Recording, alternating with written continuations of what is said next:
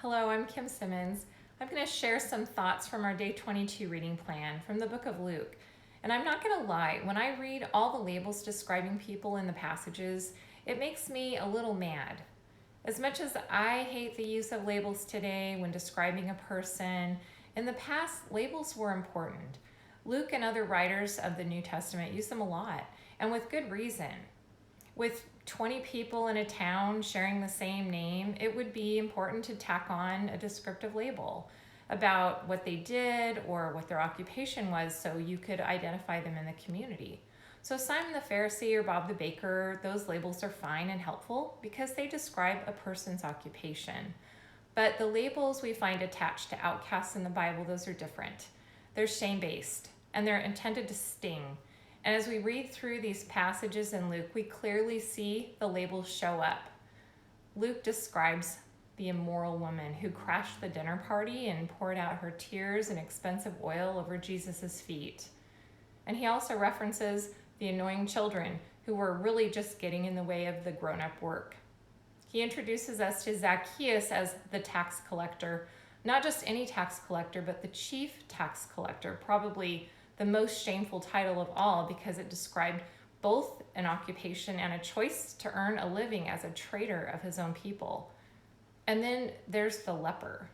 This label defines a person as a condition, an illness beyond any choice of his, which resulted in a life of isolation, shame, and suffering.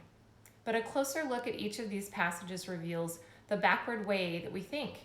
So who are the ones that we really hear Jesus rebuking in each of these stories? First, we see Jesus calling out Simon, challenging him to look at the woman's example. Simon, do you see how much she loves me? What about you? Then we see Jesus angrily rebuking his disciples. Hey, let these children come to me.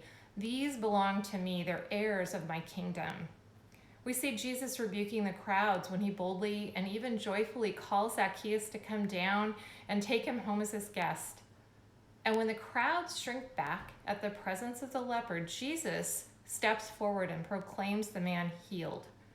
When Jesus labels us, it looks like this. Jesus declares the immoral woman to be forgiven and precious beyond the oil she poured over his feet. He declares the annoying children to be heirs of his kingdom, and he embraces them.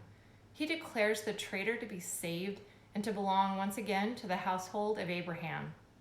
He declares the sick man to be well, and through his words and his touch, the label is gone, the man is restored to the community. Are there labels that you've allowed others to pin on you? And do they hold some shame or embarrassment? Do they make you feel unworthy or unwelcome to come to Jesus? Because those feelings are not from God. Those man-made lies that keep people from coming to Jesus, those are from us or from other people. Let's look at what hinders us from coming freely to Jesus and speak truth against those lies, because Jesus says, come. And let's also look at the labels we've assigned to others and ask forgiveness. Let's not create any obstacle that might make it hard for someone to simply obey Jesus' calling and invitation to just come.